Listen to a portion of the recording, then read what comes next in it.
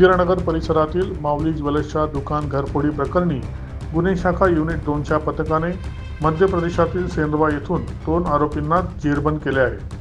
पोलिसांनी त्यांच्या ताब्यातून 4.5 किलो वजनाचे चांदीचे दागिने, सोने, 3 मोबाईल व 2 मोटरसायकली असा एकूण 13,39,240 रुपयांचा मुद्देमाल जप्त केला आहे।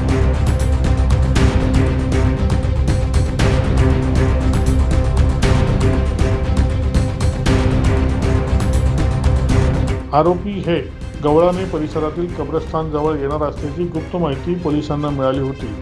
त्यानुसार त्यांनी सापळा रचून तेथून आरोपींना ताब्यात घेतले। दैनिक भ्रमर, नाशिक।